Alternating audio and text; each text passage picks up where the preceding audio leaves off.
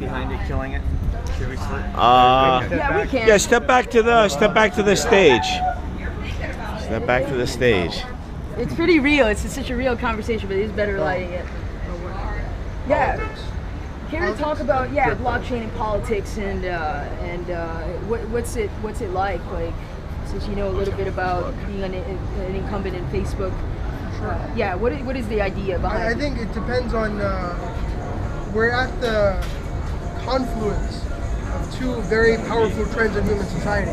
One is that people generally don't understand technology. Blockchain especially, most people don't understand it. And that ignorance is something we confront on a daily basis. Now you pair that up with the fact that you have politicians who are in the business of not understanding a lot of what's happening in the world, facing a technology like blockchain that has the potential to radically alter the course of the world. Our friend Austin Alexander likes to say blockchain is the single greatest invention of our lifetime, probably even the past century. The world has never seen anything like it. And the world is struggling to understand what this means. And I think something I've learned from Nick Spanos is that we are entering a phase where we're going to see the largest, most powerful entities in the world rapidly adopting blockchain. And we're already seeing that. We're seeing the biggest banks, we're seeing the biggest corporations, we're seeing governments, we're seeing government bodies, all of whom are creating blockchain working groups and creating blockchain labs. And a lot of people are happy because they think this lends this field legitimacy. We're justified now. Yeah. For like fighting all these years. Yes. Right? Yeah. Because Nick says that when Bitcoin came to New York, it was something that was done in the alleys. People were hiding in corners and street corners, and they were trading Bitcoin with themselves right behind West 5th Street, right behind Washington Square Park, right behind Union Square Park. It was something people were ashamed of. They were hiding. And the Bitcoin meetup in New York City used to meet at the Whole Foods. That was the one place that hadn't kicked them out yet. And they would come in the Whole Foods, there was a salad bar, they would buy like a $4.99 little box of salad, and they would sit there and trade Bitcoin. And then all of a sudden, seemingly overnight, not even 5-8 years later, the biggest entities in the world have embraced this new technology. But I think we have to be very cautious about why are they getting into this, what are the original guiding ethos of this technology, and how do we protect that ethos? How do we preserve that ethos?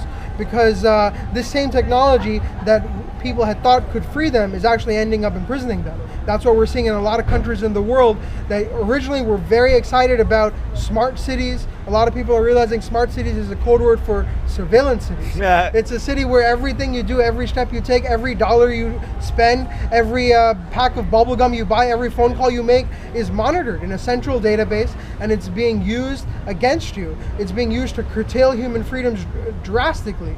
And that's the risk we are all facing. That's sort of the elephant, that's the giant in the room, that this incredible new technology could be used to surveil us and to dominate us like nothing we have ever seen in the world before. So I think we need to be vigilant, we need to stay in the vanguard and remember why we got into this, because it wasn't to get rich. A lot of us got rich, that's great, but that's not why we got into this. We got into this because we wanted to make the world a better, freer place, and that's the struggle we're all in, and we encourage all of you. We commend this community for being at the vanguard of this movement for human liberty and human freedom, and that's the journey we're all on.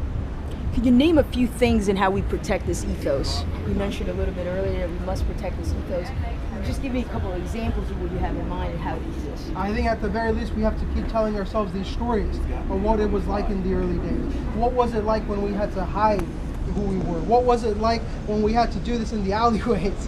What was it like when we were ashamed of telling our family members and our friends and our bosses what we were doing on Thursday nights, is going to Bitcoin meetups? Because like Bitcoin, we heard that's for drug dealers. And a lot of people still believe that.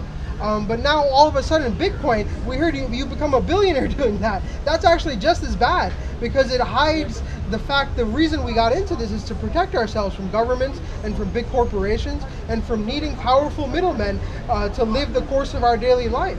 If I want to buy a coffee from a coffee shop, why should I have to transact with this powerful global banking system that if I want to transact with it, that should be great, but I shouldn't be compelled to do so. And that's the alternative future that Bitcoin imagines.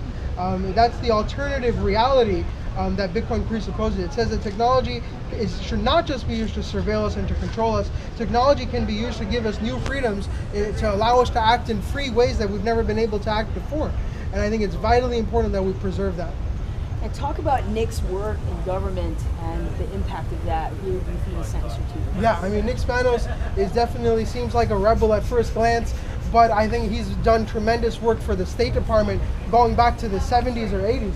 He gets very... he doesn't like to admit it, but he did a lot of... No, I mean, Nick does motorcades, he does advanced work. Nick works for the Pope, the Greek patriarch in Constantinople. The ecumenical patriarch Bartholomew, his All Holiness. Nick has worked for him for many years. I think Nick Spanos is one of a kind because you meet him and you're like, this is a guy who grew up in a garage and he's a mechanic and he also does real estate. Maybe he shows apartments, but that's like not even true. None of that is true.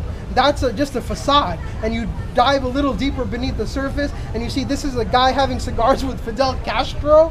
This is a guy taking Gorbachev on his first tour of North America and Europe. This is a guy who has been really, I mean, I don't want to say, not like Forrest Gump. Forrest Gump was just an innocent guy who ended up in world history. Nick Spanos is a legitimate power player who has been in the greatest scenes in world history. And here's a man who he could be sitting right now having cigars in Venezuela or in Moscow or in Washington, D.C. at the White House, but he's here in Miami. He's here teaching people about Bitcoin, about blockchain, because he believes that this is important, this is powerful, and the world needs this. The time is now, because if we don't free ourselves with the blockchain and with Bitcoin, the future is going to be a dark, dark place, and we don't want that. The future is bright. We were born free, and I think we owe it to ourselves to stand up and to embrace our destiny. It's so close. We're almost there. Wow. Wow. Wow. Oh my God. Wow. Thank you.